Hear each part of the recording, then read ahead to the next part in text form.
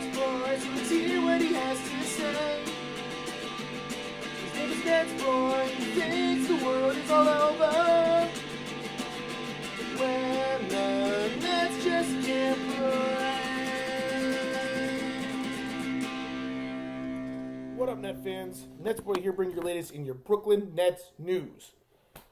It's been a long time since my last NetsBoy episode, like always. So let's just dive right in because there's a lot to go over in this episode. The Nets, after the All-Star break, we already had the All-Star festivities. We're about to start the second half of the season, though it's more like the last third of the season. 2 quarters of the season basically done. And the Nets are 19-40, and they have been very, very frustrating of late. Biggest thing, though, is this team still just can't stay healthy. You know, they've been dealing with, Rondae Hollis-Jefferson's been hurt and Caris LeVert's been hurt. Before that, D'Angelo Russell was still trying to get back into it. Like, this Nets team really hasn't had a fully healthy team where everyone was playing well. D'Angelo Russell came back, but he was still very rusty. And we haven't really been able to see a lot of the D'Angelo Russell, Spencer Dinwiddie combo. We have been, but not as much as we really felt that I really feel that we should be seeing of that combo. But that has to do with the fact that there's still a lot of injuries. Russell's getting back into the groove of things. And like I said, losing Caris LeVert and Rondae Hollis-Jefferson for an extended period of time with injuries, again, has been hurting this team. But they are 19-40. And they just are very frustrating, though, because you just want to believe this team should be better. But then you watch them play and you say, oh. But I'll go into more of that a little bit later. First off, I want to start off by talking about the Lakers game I went to. I did go to the Lakers-Nets game. I believe that was the last thing I talked about, was I was supposed to go to that game. That was a while ago. That was like 3 or 4 weeks ago. It's been a long time since my last NetsBoy episode. Like always, because, the usual excuse, I am very busy. I'm like the busiest person in the world, which probably is not true, but it sure seems that way. But like always, I'm a very, very, very busy guy. But either way, I'm trying to catch up with this episode. I went to that game, and it was a very good game. Lakers won. Lopez basically was not the reason, but a huge reason why the Lakers beat the Nets. He had 8 points, an 8-0 run himself in the third quarter to put the Lakers on top. And I'm not gonna lie, I was a little disappointed at the tribute. The tribute that the Nets had for Brook Lopez was very good. I felt the Jumbotron tribute, the playing Thriller and showing everything. I thought that was very good. But personally, I felt there should have been more. I was a little disappointed in the fan base that I was there. People applauded for him, but I don't feel a lot of love from the Nets fan base. And a lot of it had to do with there's a lot of Laker fans there, which always happens. Every Nets game I've gone to has always seemed to be more like a 40-60, 40% away team, 60% Brooklyn Nets team, which is just very frustrating because I've said this before. I'm from New Jersey. I was a New Jersey Nets fan, and everyone always talked crap about the New Jersey fan base. They said they don't care, they're useless, they couldn't sell out. They couldn't sell out Continental Airlines Arena when they were in East Rutherford, which then became the Izod Center. Then when they went to Newark and played in the Prudential Center, they still couldn't sell out. No one cared about them. But look, there's a lot of Brooklyn pride, and I know that as a fact. But when I go to these games, and I know the team's bad. I get it. The Nets aren't good. But when I go to these games, I just shake my head. To me, the fan base is not much more passionate than the New Jersey Nets fan base were. At least when the Nets were winning. And that just goes to show you could be one of the most passionate fans, when it comes to, where you're from and, passionate in your geography. Because people from Brooklyn are very, very passionate about Brooklyn. They have a lot of Brooklyn pride, which is great. I think that's a great thing to have. And which is why the Nets went to Brooklyn, because they wanted that passion and that pride. And I think we saw that at the beginning when the Nets first moved there, the first few seasons. But then once the team started getting bad, just like every league, not every league, but like every fan base, you're going to lose some fans. And but even though I'm thinking about it now, the Lakers are terrible this year. They have the same record as the Nets, yet they still have an unbelievable fan base. But of course, a lot of that has to do with the history of the Lakers. We all know they have the most championships second most. Celtics still have the most. Second most championships in the NBA. Obviously the Kobe and Shaq, and they have a lot more history to them than the Nets. But it's still just very shocking to constantly go to these Nets games and constantly watch the home games and see this fan base that's supposed to be very passionate just not care. Like I said, I went to that game. There were definitely more Laker fans, at least around me, than there were Net fans, which I know wasn't the case. But so I wasn't thrilled with the support the Nets had at that game, and I didn't feel thrilled with the support for Brook Lopez. I mean, this is the all-time leading scorer in Nets history. This guy is arguably one of the all-time great Nets. Now, he's not the best Net to ever play the game, but he's one of the great because he was with the team for 9 years, and he was raised, and he was been there through all the bad and the good and the ugly, and he supported this team. And I was really, really, really upset that the support that he got was not what I felt it should have been. You know, I was literally the only one clapping in my section for Brook, and I couldn't believe. I said, "Wait, what the hell?" And I know there was a lot of fans that were clapping for him. And once again, I don't want to say this is everyone. There was a lot of support for him. I just felt there should have been more for someone who's the number one scorer in Brooklyn Nets history, in the whole entire franchise. And we're talking about more than Jason Kidd, more than Vince Carter, more than Buck Williams, more than Petrovic. Of course, Petrovic, who knows how much he could have, and unfortunately passed away. You know, more than all these great Nets, more than Dr. J back when they were in the ABA. Like, more than that guy. This guy is number one, and I felt he got slighted. That's my personal opinion. But that's enough with that. There's so much more to go over in this video. But I just got very frustrated. We all know Brook Lopez is one of my favorite Nets of all time. Him and Vince Carter are my two favorite, and I just was very upset. Done. Now, trade deadline. Trade deadline came, and the Nets were relatively quiet. Right before the trade deadline, they did make a trade, though. They traded Tyler Zeller to the Bucks for Rashard Vaughn and a second-round draft pick. Now, this trade was all about the draft pick. I said this before. Tyler Zeller was the odd man out. We know the Nets want to play Jared Allen and Jahlil Okafor. So that's what the Nets are doing. And to do that, you know, as good as Tyler Zeller had been playing, the Nets simply said, hey, listen, congratulations. You've played very well. You've earned respectful minutes. Now you can go to another team and earn and be a rotational player. And he should be a rotational big for the Bucks. But it's all about getting that second-round draft pick. Great move. Then the Nets, right at the deadline, flipped Rashad Vaughn, after Rashad Vaughn played for one game, and got Dante Cunningham. Now, Dante Cunningham is a journeyman. He's nothing special, but what he is he's just a versatile player. And I feel like it was just another move that Sean Marks just kind of said, listen, let's just bring some versatility into this team, another veteran leader, another voice, someone who can play the 3 or the 4, can provide some quality minutes. Look, I'm not thrilled with this move, but I don't hate it. To me, there's no advantage or disadvantage. You know, Dante Cunningham is a very, respectful rotational player, but he's not going to do anything else. Personally, I would have tried to keep Rashad Vaughn because the ceiling is much higher for him. You know, he's a third-year player who's just still trying to find his niche, and isn't that what the Nets are trying to do? Bring in players trying to find their niche. But I feel like a reason why that Sean Marks flipped him was because of the fact that Rashad Vaughn's a guard. And we already know the Nets have a huge, huge cluster of guards right now. And Rashad Vaughn will never see the light of day. And I feel like Sean Marks has said, hey, let's try to help the team now short term by bringing in a versatile wing like Dante Cunningham to help out. And Cunningham's a solid player. You know, he can make the 3 ball, he can rebound, he can defend. He's just a overall solid NBA player, and so you can't be that upset about it. He's a free agent at the end of the year, so it's not like they're bringing on extra contracts. It's just very simple deal. That was really it with the trade deadline for the Nets. You know, most of the excitement, obviously, is the Cavs going and blowing up their team and bringing in a bunch of good players, but I'm not really going to talk about them. So that was just that for the trade deadline. And,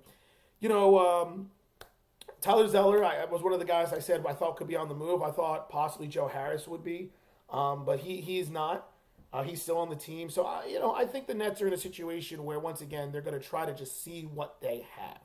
And see now, okay, who do we really want to keep long-term here? You know, you pretty much know that they're probably going to want to keep D'Angelo Russell. He's the only one. Him and Karis LeVert, I know, are the only 2 players that have been that the Nets have said, like, these are the guys we're looking at. And now Jared Allen. Jared Allen has, superseded all expectations, which is another thing I want to go into. My other NetsBoy Bull prediction came true. Jared Allen would start sometime this year, and not only that, he is the starting center for the Brooklyn Nets, and I think that's a great move. Remember, I said 2 things were going to happen.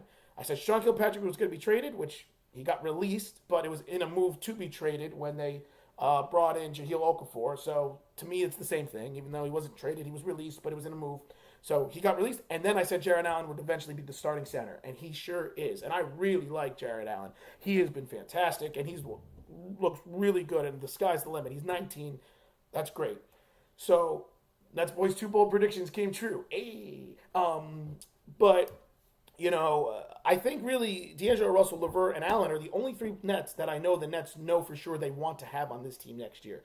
They're not even sure about Spencer Dinwiddie. They really like Spencer Dinwiddie, but I think the Nets are thinking, hey, we can get him at a bargain. He's going to be a free agent. He's going to look for a big contract. Same thing with Joe Harris. He's a free agent. He's going to be looking for a big contract. They're going to try to bring these guys back, but there's no guarantee. And who knows what Jahlil Okafor is going to want.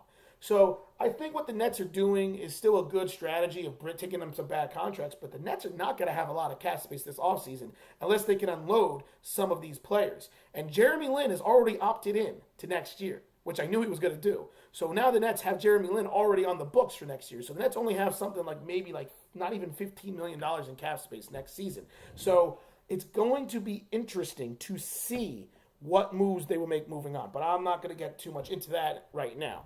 But, so the All-Star game now then comes. And Spencer Dinwiddie was in the skills challenge. Well, you would have never known that if you watched ESPN. Here comes another NetsBoy berserk rant about the lack of respect now that the Brooklyn Nets get as a team and an organization. Spencer Dinwiddie goes into the All-Star festivities in the skills challenge.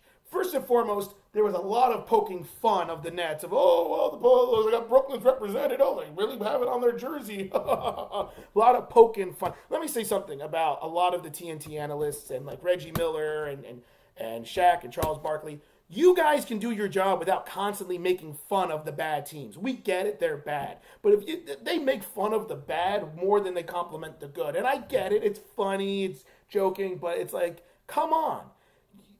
Why can't you build up the excitement?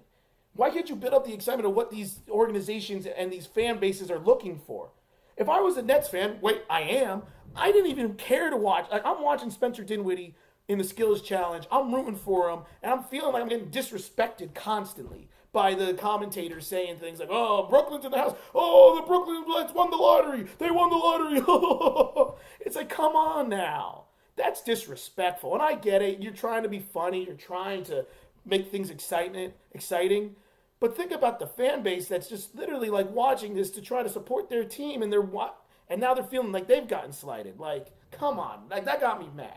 And to top it all off, like I said, you wouldn't even known Spencer Dinwiddie won the skills challenge if you watched ESPN. I put on ESPN that night. I put it on that night. And I said, oh my God, the Nets finally did something good. Maybe they'll say something nice about the Nets, because the commentators didn't really talk very nicely about him. Yeah, they said some nice things about Dinwiddie and how he's developed and how he's been a huge factor for the Nets this season, but it still was nothing. And what did they lead with when they talk about the skills challenge? They show Joel Embiid, and they show him doing the skills challenge. And then at the very end, the anchor goes, oh, Spencer Dinwiddie actually won this. He plays for the Brooklyn Nets. What? Are you kidding? I look like I disappeared into the shadows. Are you kidding me? The guy who won the thing wasn't even shown in one clip of the highlights. If that's not disrespectful, I don't know what is. If I'm Spencer Dinwiddie, I'm calling up ESPN, I'm calling up the NBA, and I'm saying, this is just like the foul calls. I'm getting no respect. Would you have done that to Russell Westbrook? Would you have done that to James Harden? Would you have done that to even someone like Dennis Schroeder, because people seem to love him?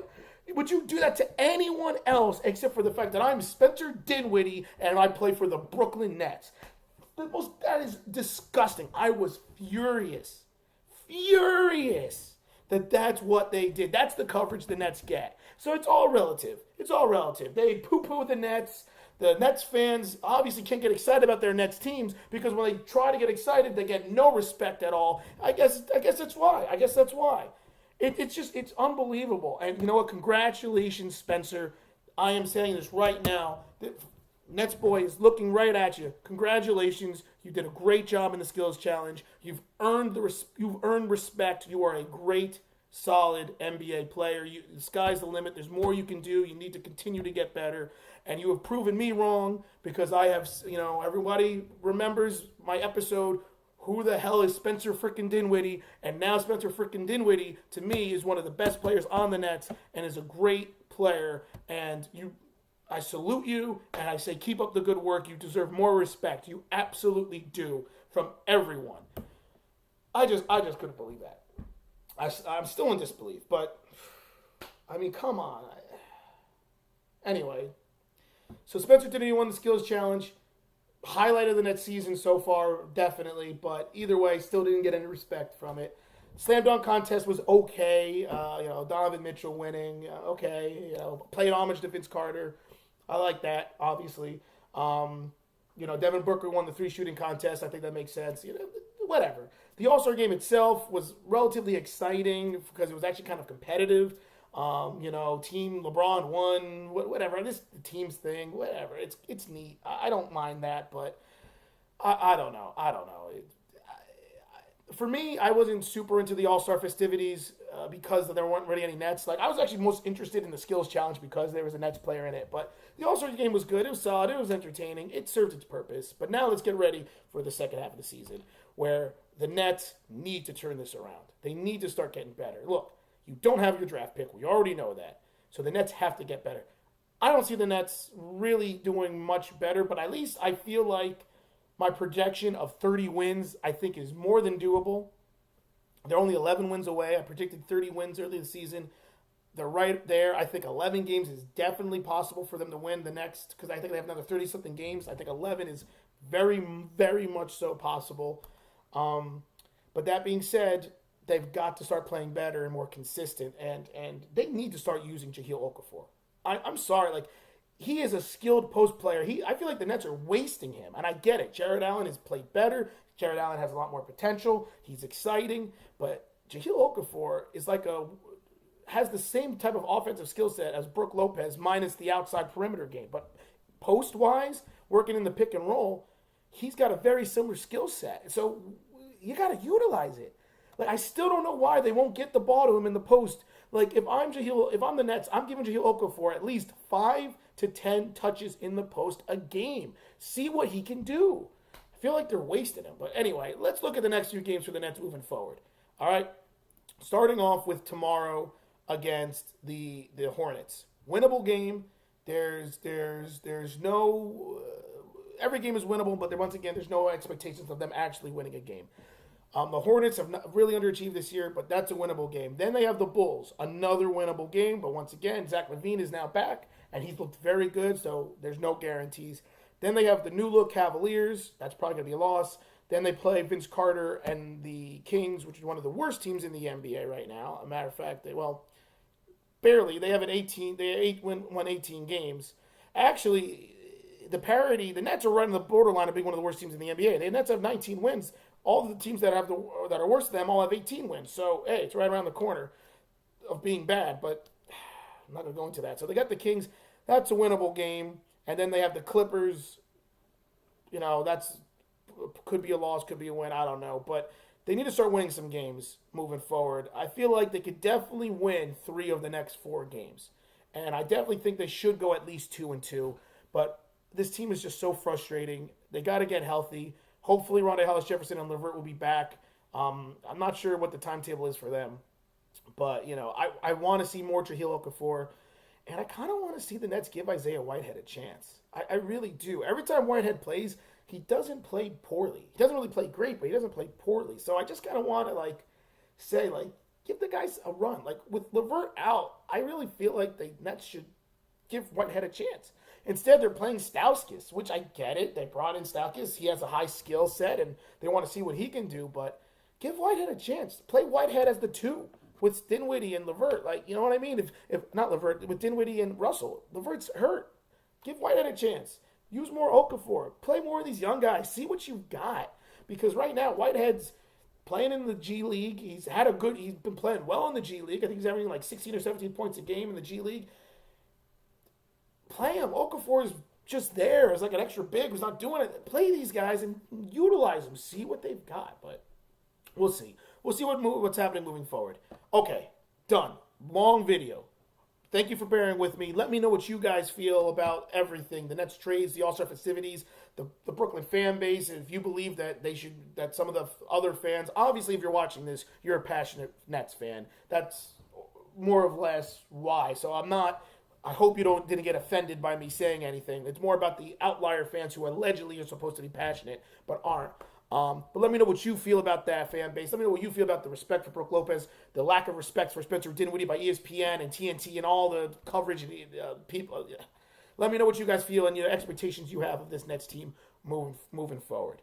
So until then, venting over. This is NetsBoy signing off.